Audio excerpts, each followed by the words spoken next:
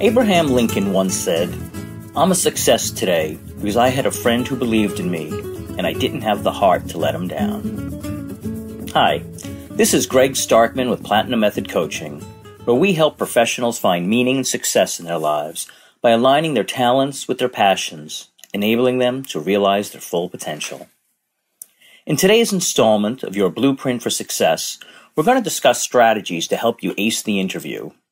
The major areas we will discuss will be interview preparation, which includes learning about the company, learning about the interviewers, practicing interview questions that you may be asked, as well as questions you should be asking. Then we will discuss things that you should never say or do in an interview. And we'll close the section out with what you should bring to your interview. Interviewing is a major part of the career process. When we work with clients, we usually work for weeks on this section alone. So in order to keep this to under an hour, this will be more of an executive summary. Every battle is won before it's fought. This of course means preparation, preparation, preparation. I want you to not only research the company that you're interviewing at, but also any potential interviewers. The company website and LinkedIn are the best places to identify people who might be interviewing you. Try to find out one or two personal things about each potential interviewer. With regard to the company, you should be prepared to answer questions about the following. How would you summarize their business in one or two sentences? What is the organization's key products or services? Identify the following pieces of information about the firm, like how many employees, what industry are they in, what are the drivers of success in that industry, who's the president and some of the key directors, how long has the company been around. And you should also read some news about the organization and try to describe one key piece of information like revenue growth. And try to be specific with numbers like 4 to 5 million in revenue, representing 3.8% growth. Or look for news that shows that the company is growing. Maybe they expanded, opened a new facility, entered a new market, or opening some new offices. Next, what are the firm's products and services? Are there any new product announcements? Then lastly, be prepared to talk about any application barriers. Now, these are things that you may feel you're not qualified to work for this company for some reason, so you want to make sure that you're aware of this and you bring it up. You may want to refer to the section we did on turning weaknesses into strengths. Now, I'm going to walk you through 25 potential interview questions that you should practice beforehand over and over. With most of these questions, there are no correct answers. They're looking to see how you answer them and if there's a structure to your logic. But each is potentially dangerous, and you'll be given the opportunity to blow yourself up. So please be thoughtful when answering questions of this nature. First one, have you ever been on a team that was going through major changes? When a business makes changes, some people adapt quickly while others struggle. Your answer should show that you're in the first group. If you have a professional example of going through a change, talk about that. How did you adapt to the new way of doing things? How did you support your colleagues? Is it better if you can talk about benefiting from change? For example, if your old employer was making a change and you saw it as an opportunity to implement a long overdue process for improvement. So think about things of this nature. Next question. Have you ever interacted with a colleague in a way that you regret? Well, we've probably all snapped at colleagues who didn't deserve it and bitten our tongue when we said something we shouldn't have said. It's okay to talk about mild conflict with former workers, as long as it's not too negative. If the interviewer asks you about regret, you should focus on what you learned from the experience and how it helped you to improve. Now you're a better communicator than you were before. If you don't really want to admit to a fault like this, you can swerve the question slightly by saying you regret not thanking someone enough for their helping in the past. Number 3. Have you ever had a deal with a customer or client who didn't speak the same language as you? Be careful with questions like this, because you could really get yourself into trouble if you say anything that's even remotely discriminatory. Also, remember that the customer must always be treated with the utmost respect. Focus on how you solved the problem. What steps did you take to communicate with the person? Were they happy with the outcome? If you don't have an example of dealing with the language barrier, it's okay to talk about an occasion where there was any kind of communication issue. Communication is a vital part of every job, and employers want someone who can overcome these barriers. Have you ever said anything wrong to a customer? If you have an example of this, you need to focus on why you knew it was the wrong thing and how it affected the customer, and what you did to rectify the situation. Don't worry about casting yourself in a negative light, as long as the story isn't too terrible. The interviewer is really more interested in how you fixed the mistake rather than the mistake itself. Talk about what you learned from the experience and how you now avoid saying the wrong thing. You probably all heard the story about Abraham Lincoln where he was working in a store and he shortchanged a customer and he had to walk 4 miles to the customer's house to return the correct change. So think about things of that nature that hopefully in the end it will shine a positive light on you.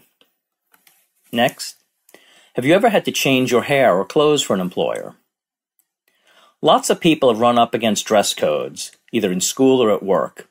If you have a practical example of this, you can discuss it with the interviewer. A question like this is sometimes more about conflict resolution and teamwork. How did you discuss the issue with your manager? How did you arrive at an agreement?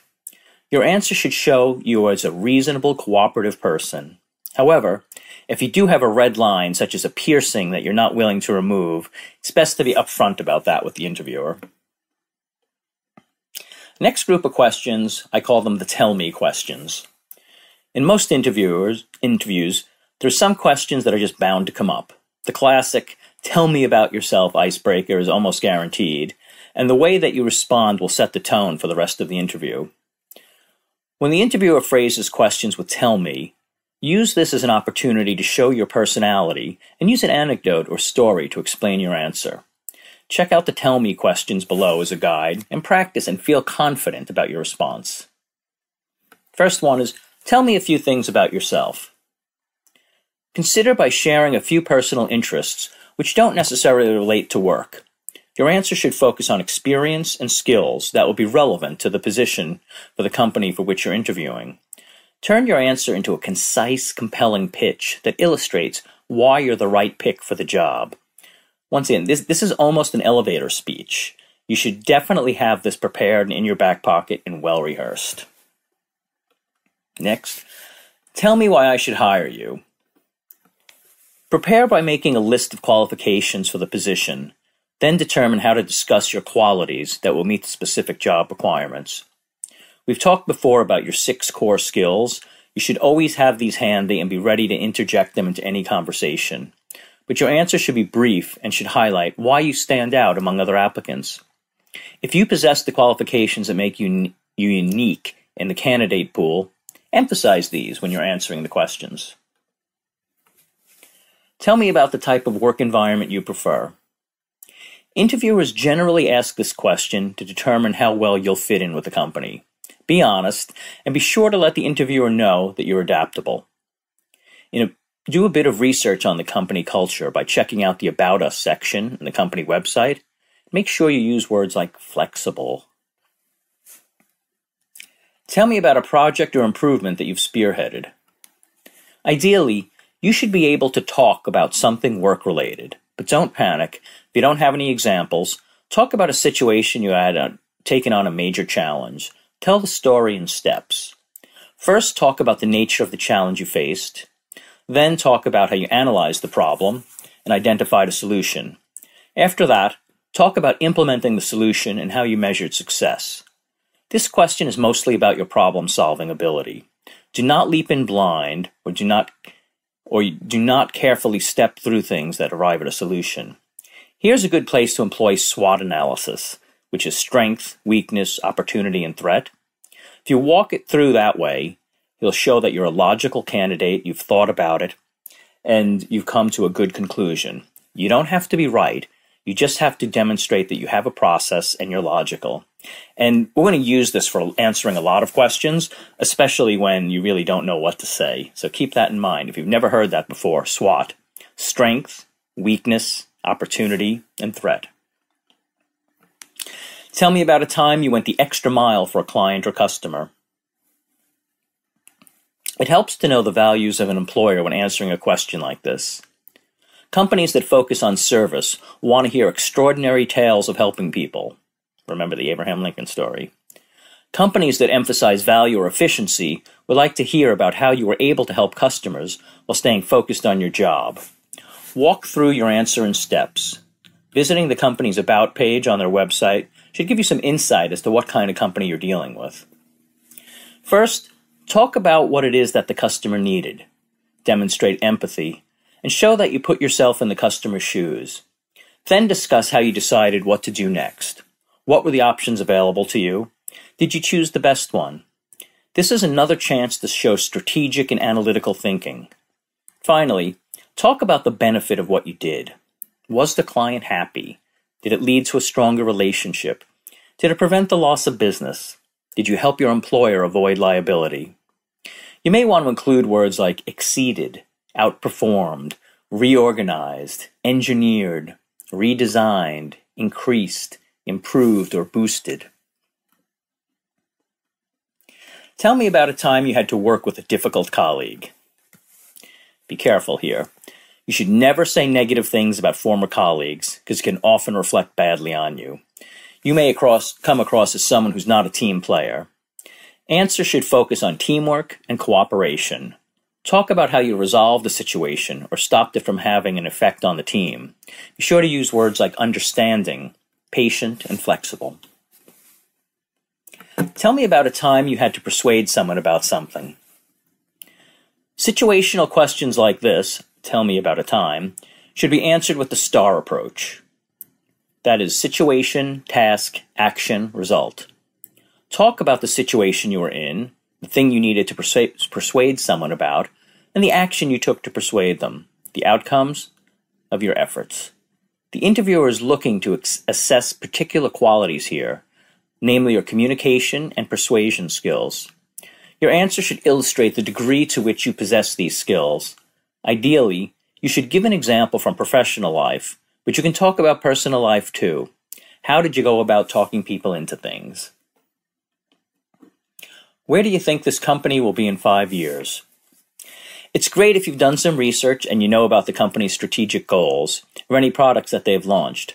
Focus on concrete details in your answers and ask the interviewer for what they think about them. If you don't have any examples about this, then talk about the industry in general.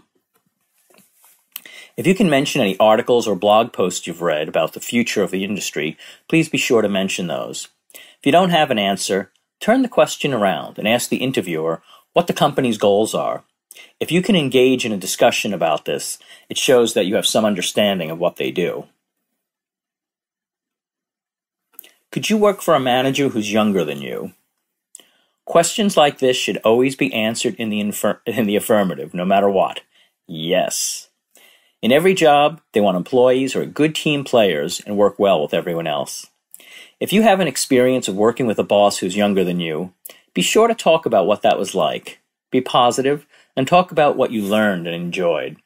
Remember that a question like this is being asked in the context of anti-discrimination laws.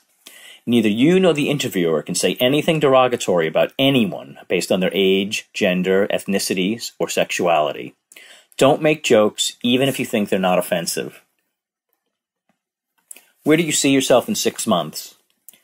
This is a challenging variation on the old, where do you see yourself in 5 years that we just discussed. The first 6 months of any job are spent training and generally learning the ropes. This should be the focus of your answer here. Don't think of the long term, just think of how you're coming up to speed and becoming a team player for the company and being a useful member of the team quickly. If you know you'll be learning a particular skill, be sure to focus on that. It shows that you understand what's expected of you and what you need to learn. Are you primarily motivated by salary or opportunity? The correct answer here depends on what point of where you are in your current career. Those starting out in their career path generally should be willing to take a pay cut in exchange for training and development. You may also be at a point in your career where you need a solid, reliable remuneration package and you're not worried about advancement. And it's okay to say that. But overall, you want to be motivated by opportunity. If you focus too much on salary, that's totally a negative. Take some cues from the interviewer and get a feeling for what they want from an employee. Do you like to deal with customers or stay in the back office? Every job involves dealing with customers to some extent. Even if you're not dealing with external customers, you still have to deal with internal customers or other employees, people from other departments who need your services.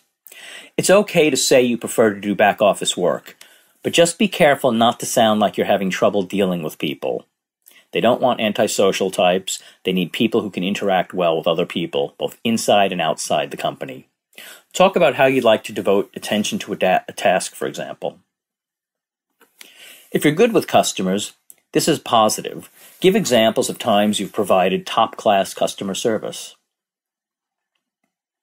Who is your role model?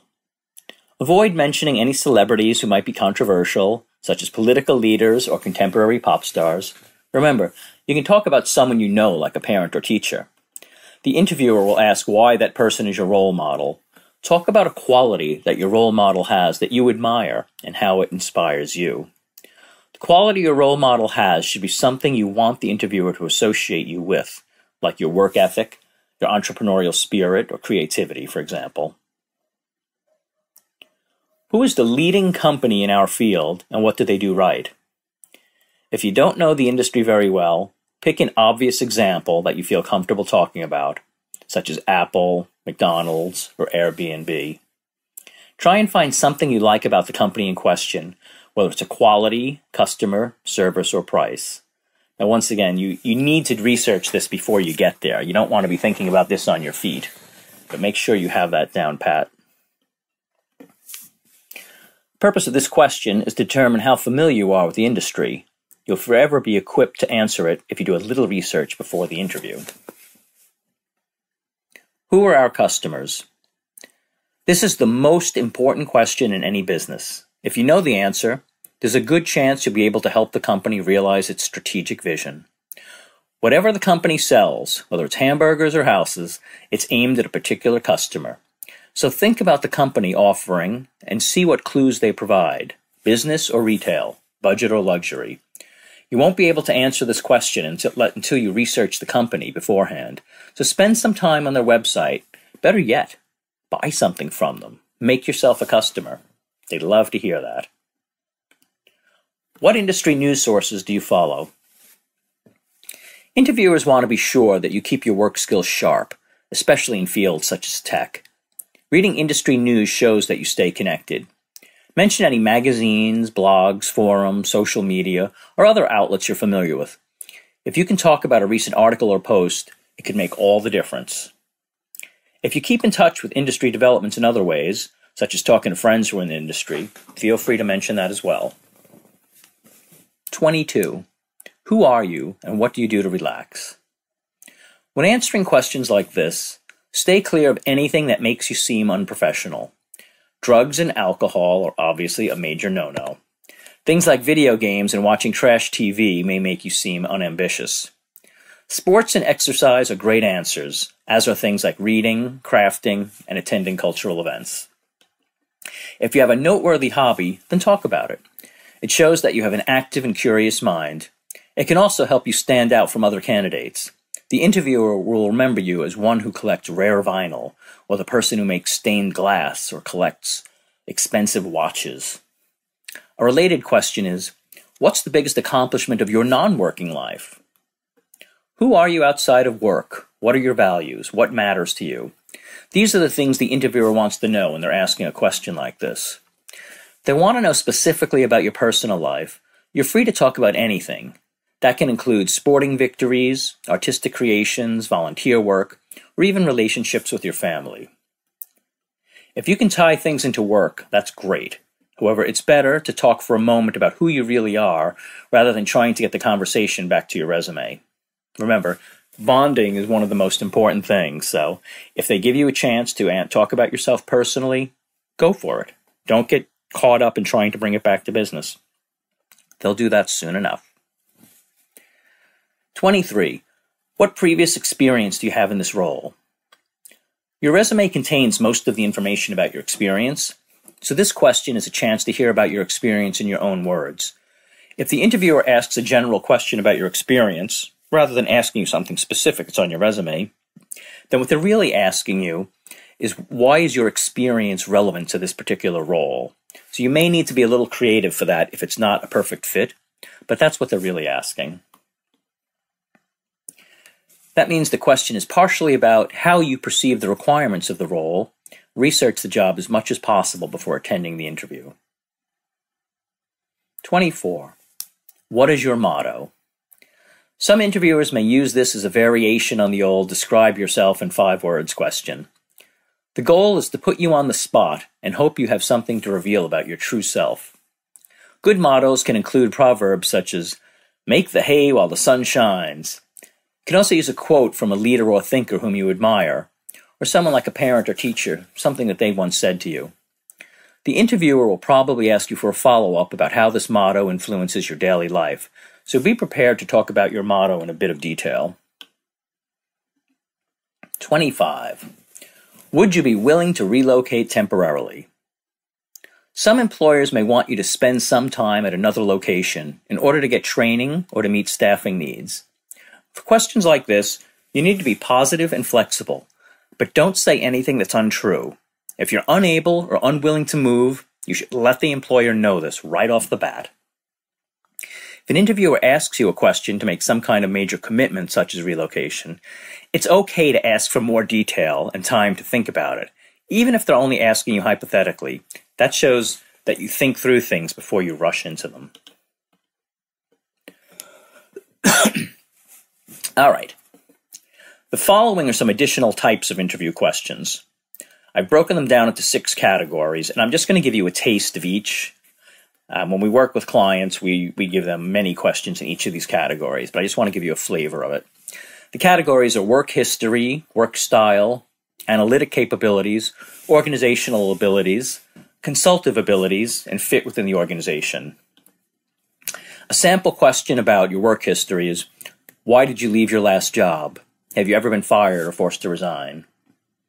Question about your work style might be, when have you had to use presentation skills to influence someone's opinion? Or walk me through the steps you took to reach an important long-term goal. Questions about your analytical abilities might be something like, what experience do you have with reporting tools, metrics, dashboards, and scorecards? Or what technical aspects of your last job did you have to learn? Organizational abilities? What project management experience do you have? How do you keep track of tasks and activities and ensure that everything's going according to plan? Or describe a complex project you've worked on recently. Questions about strategy and consultative abilities. When have you created a strategic plan? What was the level of scope and complexity you experienced while creating the plan? What engagement strategies have you used to obtain buy-in from others in the organization as you move the strategic plan forward? And questions about cultural fit within an organization. If I were to call your references after our interview, what do you think they would say about you? Or list 10 things you can do with a pencil. You have 15 seconds. Anyway, hopefully that was helpful. Next are questions that you can ask in an interview that demonstrates that you've done a little homework and that you're genuinely interested in the company. One of them is, what is the most misunderstood aspect of your business model by investors and potential customers? What are the gaps in your company's product portfolio? What do you think are the best long-term opportunities for your company? Or you can start a question with, I read the company's annual report and I have a question about ... Or I listened to the company's most recent earnings call and I have a question about ... I was doing research on the industry, and I noticed that competitor X has a different strategy. How do you think it affects your bottom line? Or what is the culture at your company like, and why is it more successful than your competitors? How long have you been at the company? What advice would you give someone at my level about what I need to do to be more productive or add value? How's the current administration change in policy affected your strategy? Can you tell me more about the day-to-day responsibilities of this job? What are your expectations for my role during the first 30, 60 days, or 1 year? What are the biggest challenges facing the company right now, or the department? What do you like best about working for this company? What's a typical career path for someone in this role? Or what's the next step in the interview process? Remember to avoid questions about salary, benefits, or turnover. You should vary the complexity of the question depending on the level of the interviewer. Interviewers that are most senior level will not consider you as a threat, so you can ask them the more complicated questions. You may potentially threaten interviewers with job positions closer to your level, so it's important to keep those questions simpler and lighter. They'll be looking more closely to see if you're a fit and a threat, and someone they'd enjoy working with. Okay, the next thing I want to talk about is interview posturing. What to do and not to do during an interview. There are certain things you should not say during an interview. There'll be times you disagree with the interviewer, but when that happens, do not say, "I disagree." Instead, use words like "I feel," "I think," or "it appears to me." When you're in the interview, do not bring up compensation, benefits, or turnover. Second time I said it, I'll say it one more time. Do not bring up compensation, benefits, or turnover. Do not ever use words or phrases like "honestly" or "to tell you the truth." They'll make the interviewer believe that you are not being honest or truthful. You should also not cross your arms during an interview or look down. That tells the interviewer that you're closed and not forthcoming. You also don't want to oversell. You know you're doing well when the interviewer starts saying positive things about the company. That means they're now trying to sell you on the company. In all likelihood at that point, they will be more relaxed. This is your sign to stop selling. Try not to ramble. If you get a tough question and you have no idea where to start, instead of rambling, try to apply the SWOT analysis that we talked about earlier. Once again, strength, weakness, opportunities, and threats. Now, the final section I want to talk about is what you should actually bring to an interview. First, we'll start with the obvious. 10 copies of your resume. As many times, interviewers are disorganized and they won't have any copies on hand. Now, some companies you may know you're only going to see one person, but it's always better to be prepared. Have a folder in your bag with 10 copies of your resume, and sometimes you may actually end up using them. It's also going to make you look prepared when they ask for it. We'll cover how to make your resume bulletproof and a more impactful LinkedIn profile in other sections. Next, bring 3 NutriBars. There's a lot of times you may be there for a long time and not have anything to eat. You may have back-to-back interviews, and you don't want to be having an energy gap there. So make sure you have something that's small, you can fit in your bag, it won't go bad, and it'll give you some energy. It's always a good idea to bring a bottle of water. Keep it in your bag and drink it between interviews. Now, oftentimes they will offer you water or coffee or whatever, but it's better to have your own just in case. You should also bring a notebook that you may need to write down items during the interview. For example, a question you can't answer or notes you might be taking. So make sure you're prepared to be able to take some kind of notes. Now, I don't want to take any chances, and as bizarre as this may sound, having the wrong pen can actually negatively impact your interviewer's perception of you. I had a friend who once used a pen with the logo of competitor, which the interviewer noticed and mentioned in the interview. To quote the late great former CEO of Intel, Andy Grove, "Only the paranoid survive." And finally, you should also have a classy yet conservative bag to carry your interview items in. And remember, we're going over extra details here. We're doing all this extra work because our competitors won't. So I just want you to be prepared, and twice as prepared as everyone else. So I hope that was helpful. This is Greg from Platinum Method Coaching. We offer personalized coaching for career change or affecting positive change in your life. Remember, the only impossible journey is the one you never begin. So call us at 800-217-7113 to take the first step to bring your life back into balance. You can also email me at greg@platinummethod.coaching.com or visit our website, platinummethod.coaching.com, or follow us on Facebook, Twitter, or your favorite social media platforms.